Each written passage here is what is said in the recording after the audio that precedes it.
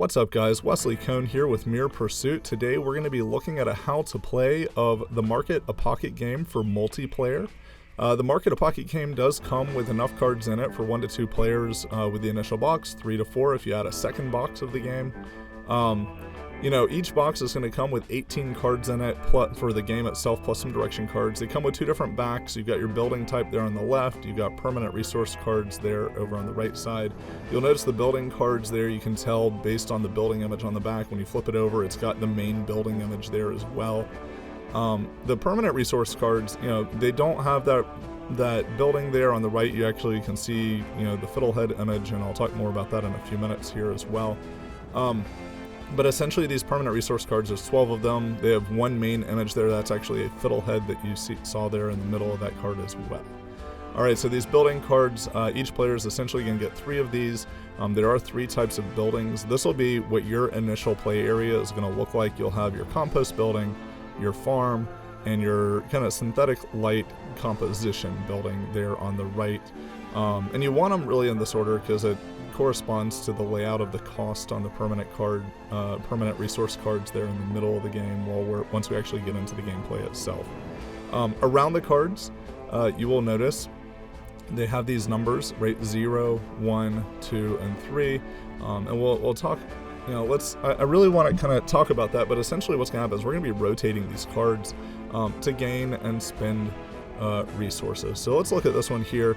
You see that number 0 there at the top, and you got the 1 on the right, the 2 on the bottom, and the 3. And so when you rotate the card, the different number will show up at the top. The number at the top of the card is essentially how much of that resource that you have. Okay, and so that's essential because we're going to start the game with 0 at the top of all of our resources, and that's not necessarily going to be the case once we get into the full setup here, and we'll talk about that more in a minute. But ultimately, this is what you start with, is 0 of each.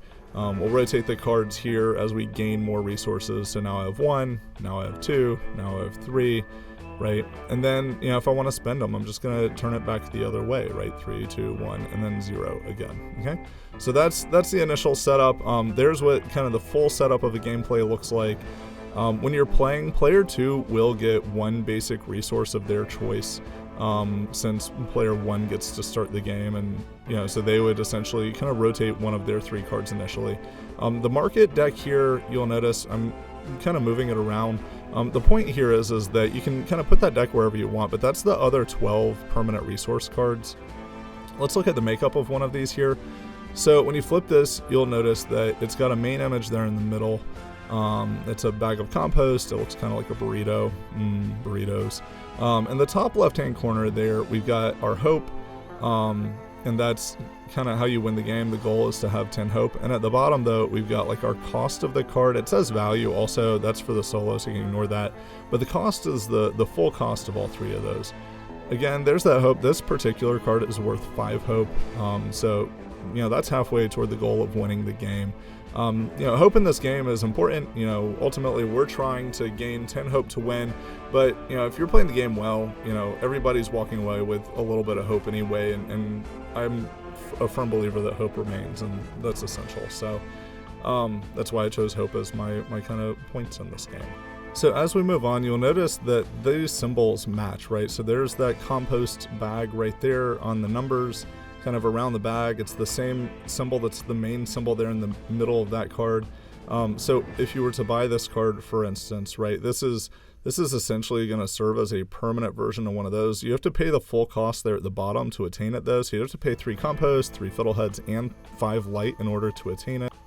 So let's look at this here. We've got 3 compost, 3 fiddleheads, 3 light there, and then these 2 cards here at the bottom. And this is just a kind of mock scenario, right?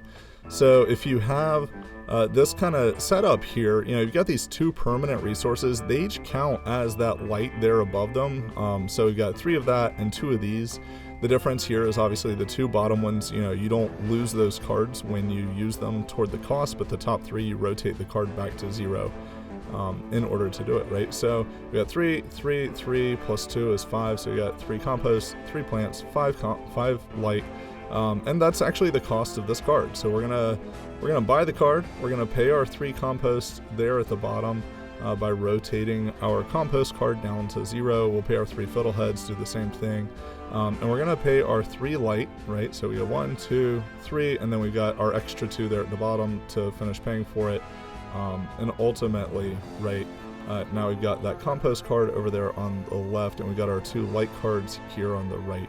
That'll give us our 10 hope. You'll notice we got 5 there on the right and 5 there on the left, a total of 10 hope. That would essentially win the game, right? In that particular situation with the particular set of cards. All right. So then as we're moving on and we're kind of taking a look at what we do on our turn, essentially you have one of 3 action choices. The first action choice is you can gain 2 temporary resources. It can be 2 of the same resource, like 2 compost, or you can go for the 2 fiddleheads there in the middle, or 2 light there on the right, or you could do 2 different resources, right? Like 1 fiddlehead and 1 light would also satisfy the need. The next option, if you decide not to gather resources on your turn, is you could go explore the market. It's kind of like a Saturday morning, go downtown in the nearest city and be like, hey, let's see what you guys got. So we're going to flip some cards and we take a look at one, see if we can afford it. You know, let's say, for instance, I had the cost at 133 there. I could buy the card. I'd bring it down underneath down here and, you know, essentially attain the hope. Make sure I spend the cost when I go to buy that card down to 0. 0 and 0, right? For just in case I don't have the cost, let's pretend I don't have that compost maybe, or maybe I do, but I just choose I don't want to buy it. You know, I can flip a second card. Now when I flip a second, I can't go back and buy the first. I can afford this one here, and so I might buy it, or maybe I don't. Maybe I just choose not to. But like I said, you can't go back and buy the first one once you flipped a second one. And so yeah, maybe I buy it, maybe I don't. You know, let's say, for instance, though, that I choose not to buy it. Well, no one walks away from the market empty-handed.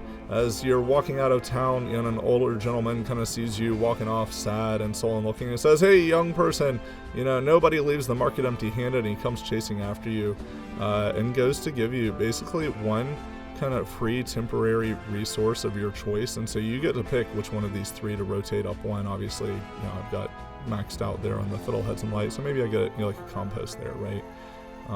And that's the end of the explore action.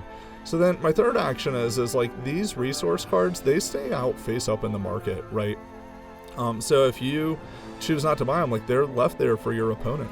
Lastly, it's also worth noting that the market can expand, you know, into infinity. I mean, not literally, there's only 12 permanent resource cards, but, you know, it just keeps going until it's used up, right? And your opponent can buy it on their turn, and that's that third action. Is you didn't want to gain temporary resources, you didn't want to explore, so you just buy something, you know, outright from the middle there as your action, and that's your entire action, is you buy the card, right?